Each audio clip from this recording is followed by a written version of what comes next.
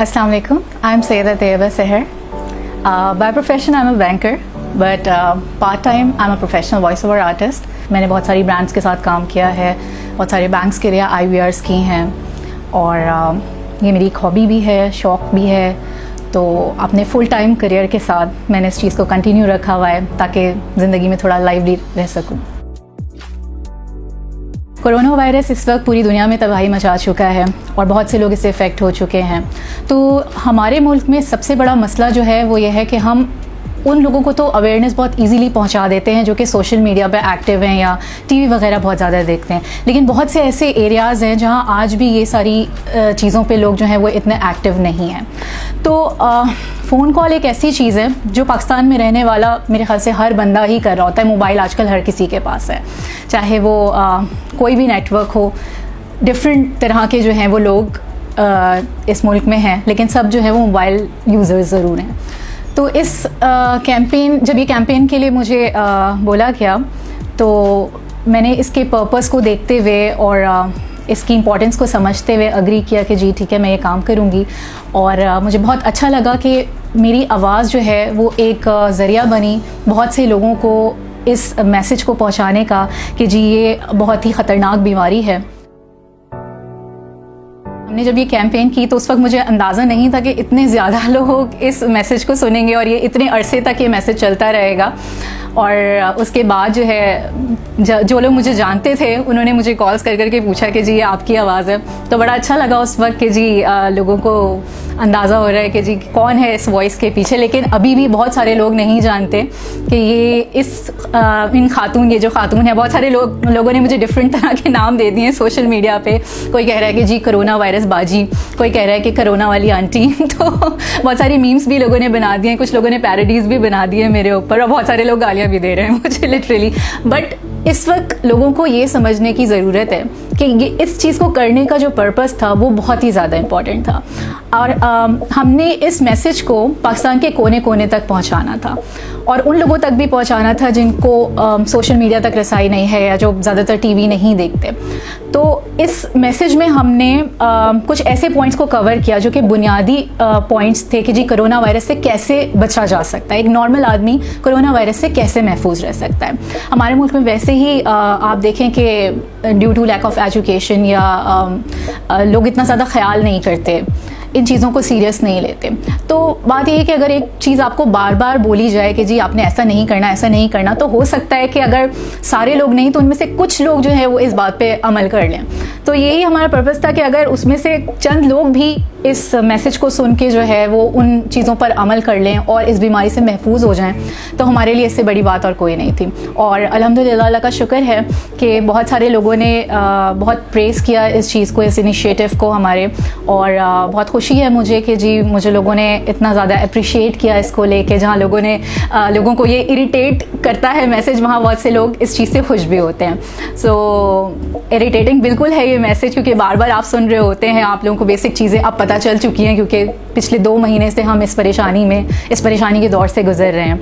लेकिन ये है कि अगर हम किसी को कोई चीज़ बताते रहें, बार बार बताते रहें, तो लोग उस पर अमल करते हैं और इस चीज़ का मकसद पूरा हो जाता है। देखिए एक्चुअल रीज़न्स तो मुझे मालूम नहीं है क्योंकि ऑब्वियसली जहाँ से ये इनिशिएटिव था उन्हीं की तरफ से इंस्ट्रक्शंस थी मेरे लेवल पे।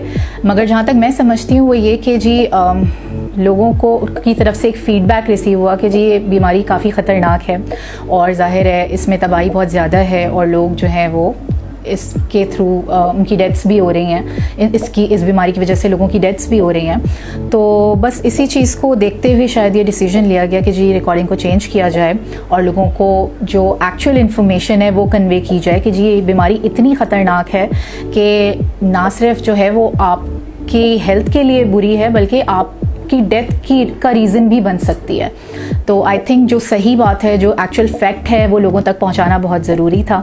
लोगों का कंसर्न है कि जी बहुत डराया जा रहा है और इसके थ्रू जो है वो एक पूरा प्रोपेगेंडा किया जा रहा है कि जी लोगों में ये जो है वो खौफ और हिरास फैल जाए कि जी ये बीमारी बहुत ख़तरनाक है। लेकिन ये बात समझने की है कि ये बीमारी एक्चुअली बहुत ख़तरनाक है क्योंकि ये एक बंदे से दूसरे बंदे को कब मुंतकिल हो जाए आपको पता भी नहीं चलता। ये मैसेज का मकसद ही यही था कि लोगों में अवेयरनेस फैलाई जाए, उन लोगों में भी कि जिनको इस बीमारी के बारे में नहीं पता एक्चुअली कि ये बीमारी है क्या। लेकिन अनफॉर्चुनेटली हमारे मुल्क में, जैसे कि आप कह रहे हैं कि due to lack of education, या फिर बहुत से लोग इसको रिलीजियस उसमें भी ले गए हैं, रिलीजियस की डायरेक्शन में भी ले गए हैं कि जी हमारे रिलीजन को नुकसान पहुंच रहा है, ये एक प्रोपेगेंडा किया जा रहा है। और कुछ लोग इसको पॉलिटिक्स के सेंस में भी ले गए कि जी ये पॉलिटिकली कोई गेम हो रहा है जिसकी वजह से जो है वो इतना ज़्यादा खौफ राज फैलाया जा रहा है, और रियलिटी में ये कुछ नहीं है। लेकिन आप देखें कि इस वक्त जो फ्रंट लाइन पे हमारे डॉक्टर्स हैं और जो हेल्थ वर्कर्स हैं वो कितने ज़्यादा इससे मुतासर हो रहे हैं। मैं बहुत से ऐसे लोगों को पर्सनली जानती हूँ कि जो डॉक्टर्स हैं और उनकी पूरी फैमिली इस बीमारी में मुब्तला हो गई, सिर्फ इस वजह से कि वो डॉक्टर उन लोगों की खिदमत कर रहा था जो इस बीमारी को सीरियस नहीं ले रहे थे। तो मेरा सिर्फ पैगाम लोगों के लिए यही है कि जी प्लीज़ इसको सीरियस लीजिए, ये कोई मजाक नहीं है, ये वाकई एक बीमारी है। और देखें ये सिर्फ पाकिस्तान में तो नहीं हो रहा ना, ये तो पूरी दुनिया में हो रहा है। क्या पूरी दुनिया की गवर्नमेंट्स प्रोपेगेंडा कर रही हैं? नहीं। क्या दुनिया के सारे रिलीजन्स जो हैं वो इस चीज़ में मुलव्वस है? नहीं। हो सकता है कि ऐसी कोई बात हो भी, लेकिन देखें एक रियलिटी तो है हमारे सामने, एक बीमारी तो मौजूद है और ये चीज़ फैल भी रही है।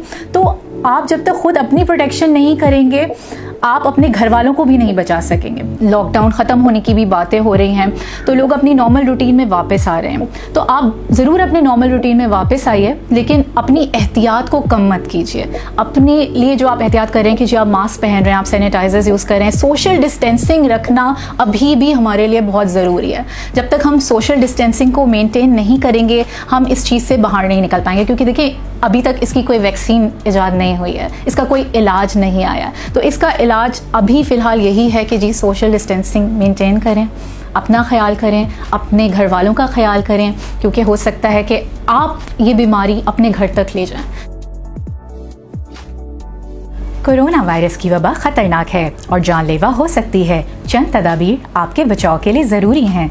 दिन में कई बार हाथों को 20 सेकंड साबुन और साफ पानी से धोएं। पेशावराना और दीगर मेल जोल में कम से कम 6 फीट का फासला रखें। हाथ मिलाने, गले मिलने, सफ़र और गैर ज़रूरी तकरीबात में जाने से गुरेज करें। अपनी नाक, कान और आंखों को छूने से परहेज करें। अगर आपको कोई अलामात ज़ाहिर हो, मसलन खांसी या तेज बुखार, तो हेल्पलाइन 1166 पर रुजू करें।